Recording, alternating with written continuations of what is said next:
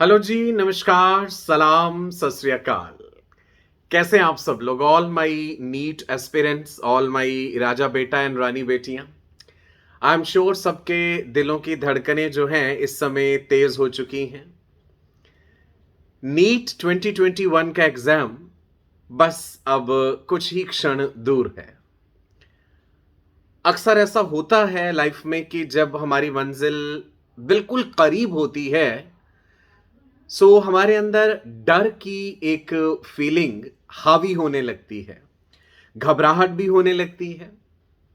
कुछ बच्चों की तैयारी बहुत अच्छी होगी, डर उन्हें भी लग रहा होगा।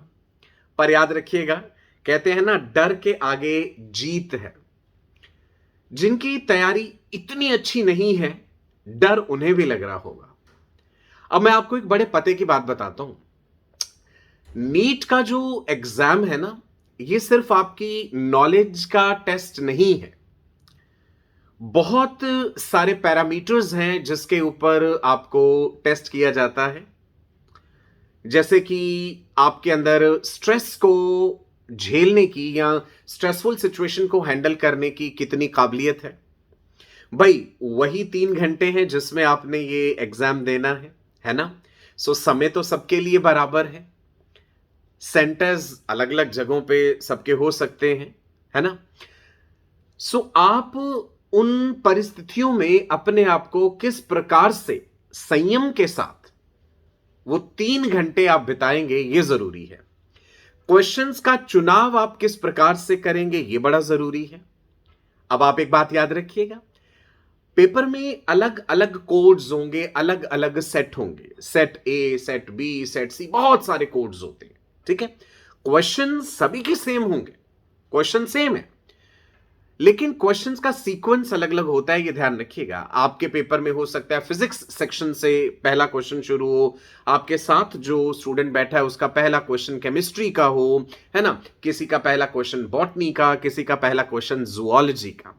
इस बार तो नीट ने बॉटनी एंड जूलॉजी को भी सेपरेट कर दिया है, डिमार्केट कर दिया है।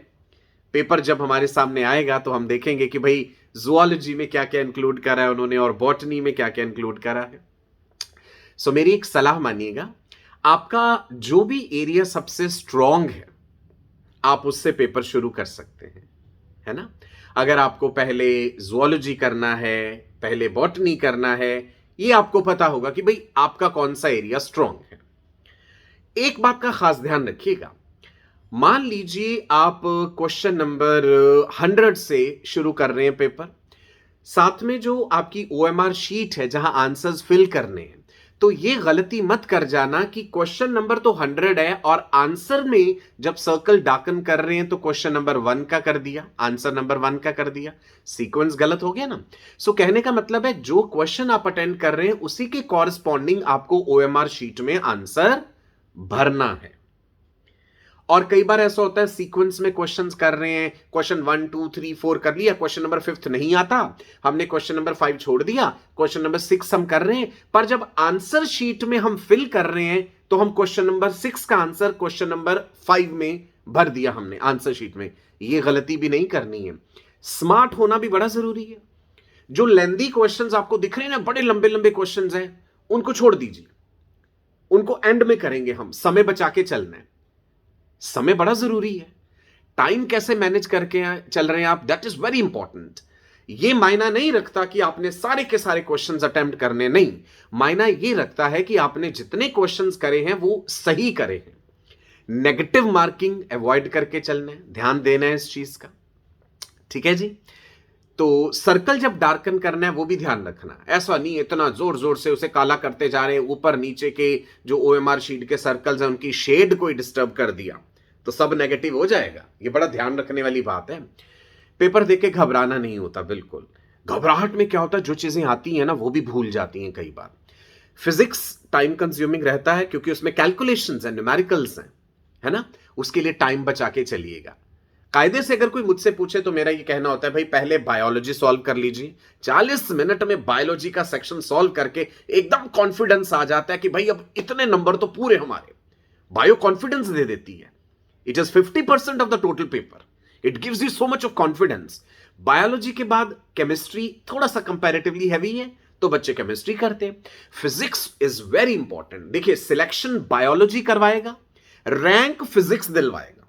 फिजिक्स में आपको बड़ी इत्मीनान से, कॉन्फिडेंस के साथ, तसल्ली के साथ चीजें अटेम्प्ट करनी है।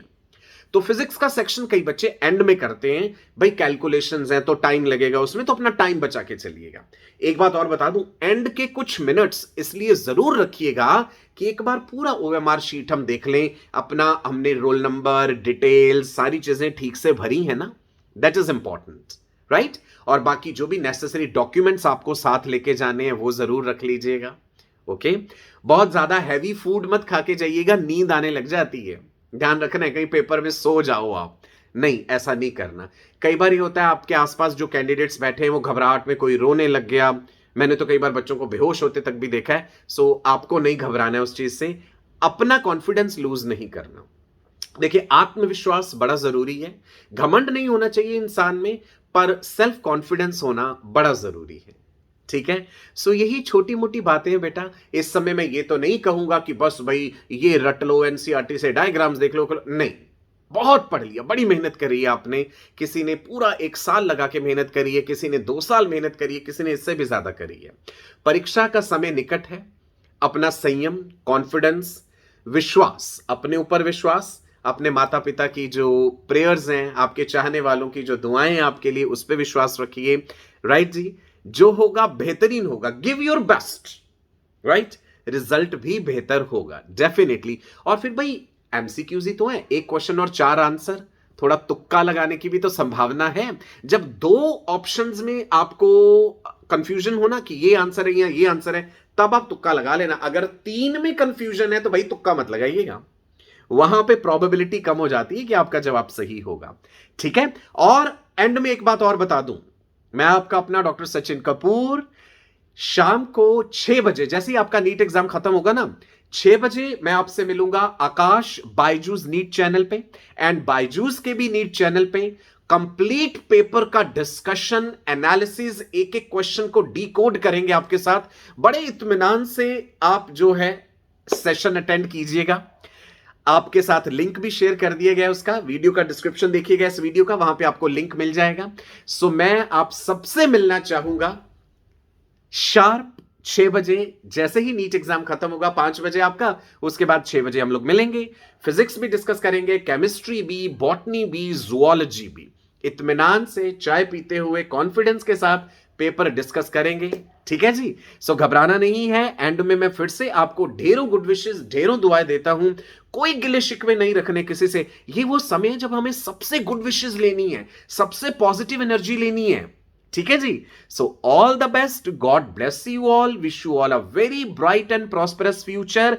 एंड ट्रस्ट मी, आप फील कीजिएगा जब आप बायोलॉजी का पेपर कर रहे हैं तो मैं आपके आसपास ही होऊंगा।